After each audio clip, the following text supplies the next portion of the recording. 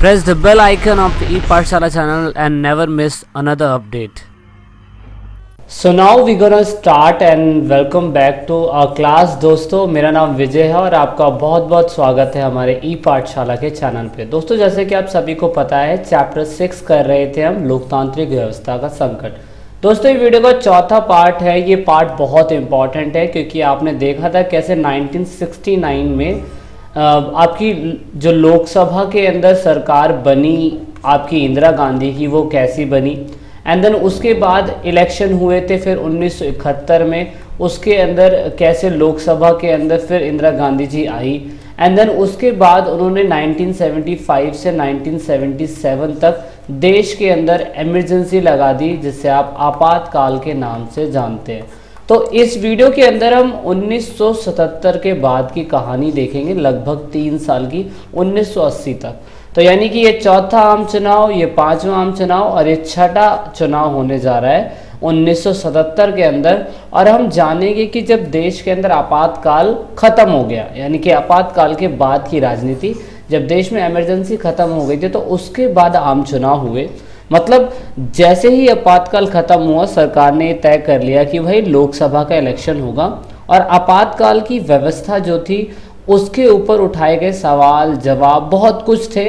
तो इसीलिए 1977 के अंदर चुनाव होना बहुत ज़्यादा ज़रूरी था। और आपातकाल के अनुभव की वजह से पूरे भारत के अंदर जनमत संग्रह हुआ। यहाँ पर उत्तर भारत के खासकर लोग जो थे बेचारे इससे पीड़ित थे आपातकाल से। और कहने का मतलब ये है कि सभी विपक्ष ने, पूरी ऑपोजिशन पार्टी ने आपातकाल पर एक जनमत संग्रह करा। जनमत संग्रह का मतलब होता है एक रेफरेंडम। रेफरेंडम होता है कि जनता से पूछा जाएगा कि आपातकाल के आप पक्ष में थे या विपक्ष में थे।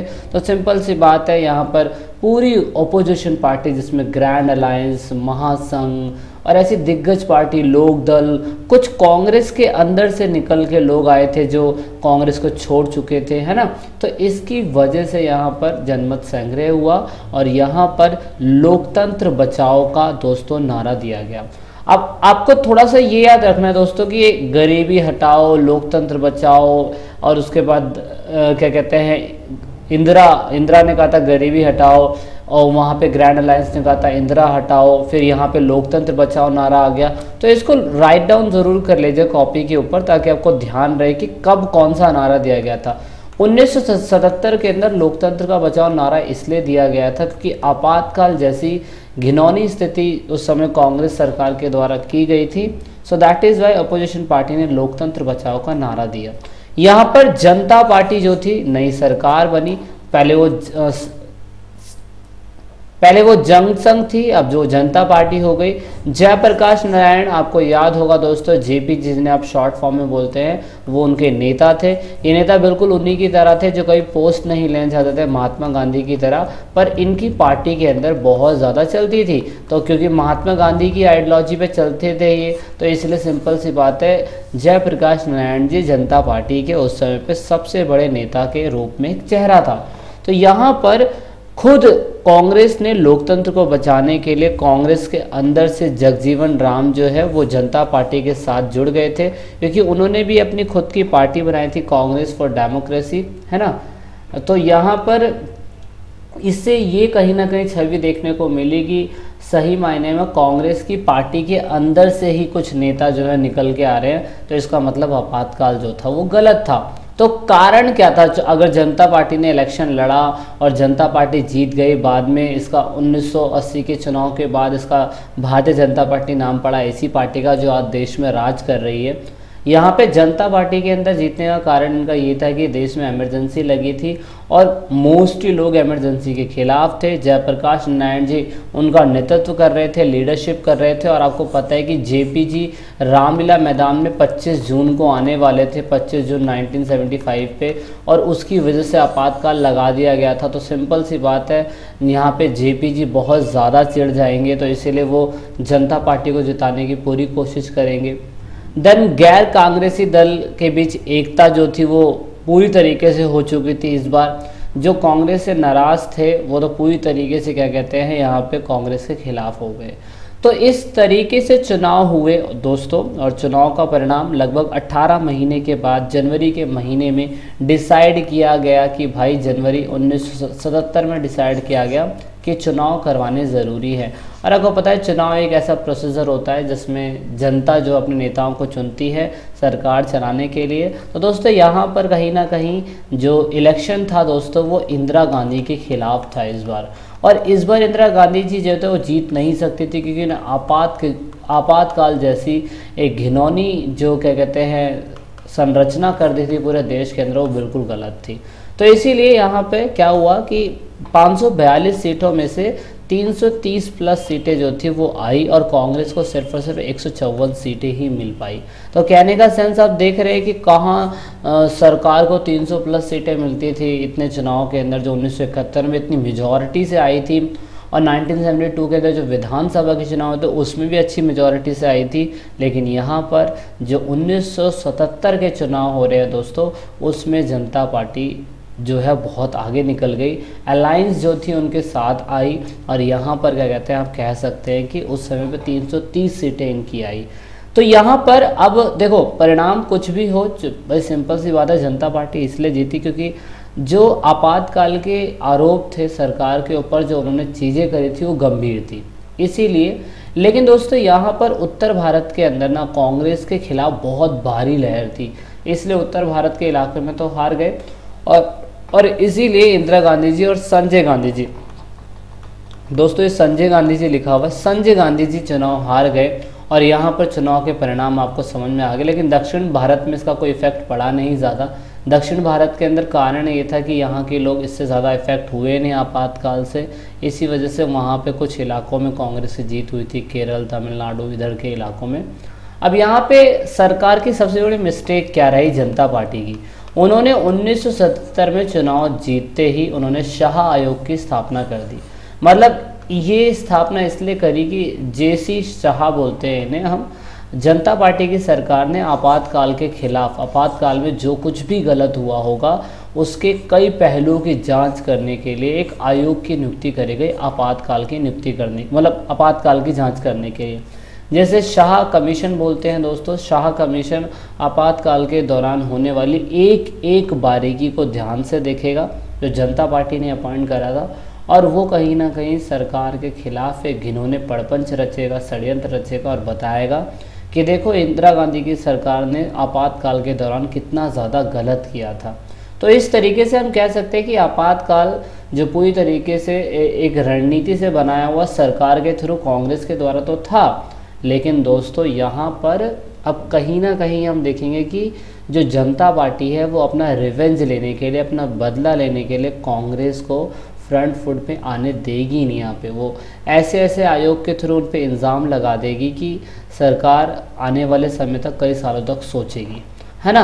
तो यहाँ पे ये जो आयोग की स्थापना करी गई थी, जेसी शाह है दोस्तों, ये न्यायमूर्ति थे, ठीक है, जज थे ये, और बाद में ये रिटायर्ड हो जाते हैं तो इनको आयोग दे जाता है।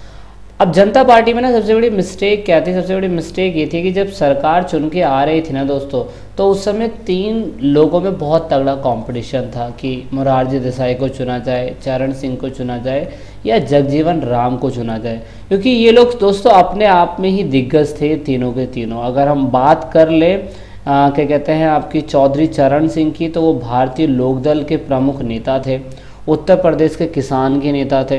दूसरा अगर हम बात कर ले जगजीवन राम जी की, तो कांग्रेस की सरकार के अंदर मंत्री रह चुके थे, वो उनको काफ़ी अच्छा एक्सपीरियंस था, है ना। और मोरारजी देसाई जी जो थे दोस्तों, वो कहीं ना कहीं उस समय पे नेहरू जी के साथ, अगर आपको याद हो तो नेहरू जी के साथ उनके मिनिस्टर थे वो। तो इसीलिए मोरारजी देसाई को इसलिए चुना गया क्योंकि 1967 के चुनाव में भी तो इंदिरा गांधी जी ने, आपको याद होगा, मोरारजी देसाई को पोस्ट पे आने नहीं दिया। So that is why finally clear हुआ कि मोरारजी देसाई जो है देश के प्रधानमंत्री बनेंगे, और यहाँ पर जनता पार्टी का संघर्ष समाप्त हो गया। अब दोस्तों आपको क्या लगता है कि मोरारजी देसाई लंबे समय तक चला पाएंगे सरकार? ऑफ कोर्स नहीं चला पाएंगे, क्योंकि जनता पार्टी के कॉन्सेप्ट ही क्लियर नहीं थे। वो कोऑर्डिनेशन की गवर्नमेंट बना रखी थी, गठबंधन की सरकार बनी हुई थी, उस जनता पार्टी का कोई दिशा नहीं था, कार्यक्रम प्रोग्राम योजना ढंग से नहीं होती थी, क्योंकि सबकी आइडियोलॉजी अलग अलग थी, है ना। इसलिए 18 महीने के भीतर ही, मतलब कह सकता हूँ कि लगभग 1.5 साल के अंदर ही जो जनता पार्टी है उसकी सरकार गिर गई, और जनता पार्टी के अंदर जो मोरारजी देसाई ने अपना बहुमत खो दिया। क्यों? क्योंकि उसके अंदर तो बहुत सारी पार्टियां थी ना, इन्वॉल्व थी बहुत सारी पार्टियां, तो एमएलए तो आपको पता ही है आपस में बिक जाते हैं। तो कहीं ना कहीं उन्होंने अपना जो नो कॉन्फिडेंस मोशन है उनके खिलाफ आया, और मोरारजी देसाई जी को पोस्ट से हटना पड़ा। और दोस्तों यहाँ पर फिर उन्होंने इस्तीफ़ा दे दिया। उन्होंने कहा कि अब मुझे चुनाव लड़ना ही नहीं है, या मुझे राजनीति में जाना ही नहीं है। देन फाइनली चौधरी चरण सिंह जी की सरकार बनी, और चौधरी चरण सिंह की सरकार जो थी कांग्रेस के समर्थन से बनी थी, कांग्रेस के आश्वासन से बनी थी, और कांग्रेस ने कहीं ना कहीं उन्हें टेम्परेरी सपोर्ट दिया हुआ था, ताकि जनता के बीच में एकदम से कांग्रेस के लिए गलत छवि ना जाए कि उन्होंने मतलब चौधरी चरण सिंह को साथ दे दिया फिर एकदम से साथ छोड़ दिया, है ना, गलत था। तो इसीलिए कांग्रेस ने धीरे धीरे अपना समर्थन खींचने की कोशिश करी, और लगभग 4 साल के बाद कांग्रेस ने अपना समर्थन वापस ले लिया। और यहाँ पर आपातकाल के जख्म कहीं ना कहीं 4 साल के अंदर इंदिरा गांधी जी के भर चुके थे, या आम जनता के भर चुके थे। आम जनता समझ चुकी थी कि जो जनता दल आई है, मतलब जनता पार्टी आई है दोस्तों, सही मायने में उनकी अपनी खुद की सही आइडियोलॉजी नहीं है, तो इसीलिए हमें कुछ ना कुछ करना पड़ेगा। इसलिए चौधरी चरण सिंह जी ने भी अपना जो बहुमत था वो खो दिया, फिर बाद में उन्होंने इस्तीफ़ा दे दिया। देन फाइनली ऐसा करते आपको पता ही है पूरा 1980 आ गया दोस्तों, और 1980 के अंदर दोबारा चुनाव होते हैं, और कांग्रेस पार्टी उस समय पे 353 सीटें लाती है कांग्रेस पार्टी, उनकी शानदार जीत होती है। तो इससे ये कहा जा सकता है कि कहीं ना कहीं जो सरकार जनता पार्टी के जो अंदरूनी झगड़े थे, उनकी जो मैं कह सकता हूँ कि अपना जो अनस्टेबल उनका वो था, उनकी सज़ा उन्हें मिली, और इसीलिए देश में नारा लगा कि इंदिरा बुलाओ देश बचाओ। तो ये नारा इंदिरा गांधी जी के द्वारा लगाया गया था, और सही मायने में इंदिरा गांधी जी उस समय पे समाजवादी गरीब नीतियों के लिए, और इंदिरा गांधी के नेतृत्व में जो कांग्रेस पार्टी बनी दोस्तों, ये कांग्रेस नई बनी थी। अगर मैं आपको बता दूं, इस कांग्रेस को आई बोला जाता है। आपको याद रखना पड़ेगा दोस्तों, बहुत सारी कांग्रेस आई थी, कांग्रेस आर भी आई थी, कांग्रेस ओ भी आई थी, लेकिन 1980 के चुनाव में कांग्रेस को पहली बार हाथ का सिंबल, जो आप देखते हैं जो आज की डेट में कांग्रेस यूज़ करती है हाथ का सिंबल, वो इसी चुनाव के अंदर क्या कहते हैं 1980 के चुनाव में लिया गया था, और यहाँ पे कांग्रेस पार्टी की बहुत शानदार जीत हुई।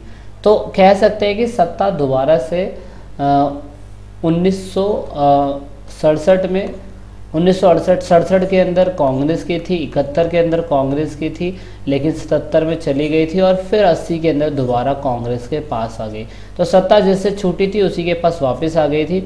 आने वाले चैप्टर के अंदर हम 1980 के बाद की कहानी जानेंगे कि कांग्रेस ने आगे क्या गुल खिलाए, क्या अच्छा करा क्या बुरा करा। तो अब सीक्रेट बने रहने दीजिए।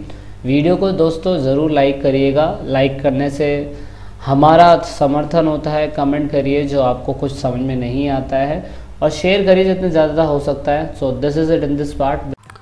तो लास्ट में दोस्तों, अगर आप वीडियो को देख रहे हैं और ई पाठशाला चैनल के आप सब्सक्राइबर हैं या नए सब्सक्राइबर हैं, तो ईट पाठशाला की टीम से आप सभी को यही रिक्वेस्ट है कि आप इन सभी वीडियो को अपने दोस्तों के साथ शेयर ज़रूर करें, और कोशिश करें कि आप दूसरों को शेयर करवाने के लिए बोलें, क्योंकि आप जितना वीडियो को शेयर करेंगे उतना ही हम और लोगों की मदद कर पाएंगे, क्योंकि पढ़ेगा इंडिया जब भी बढ़ेगा इंडिया।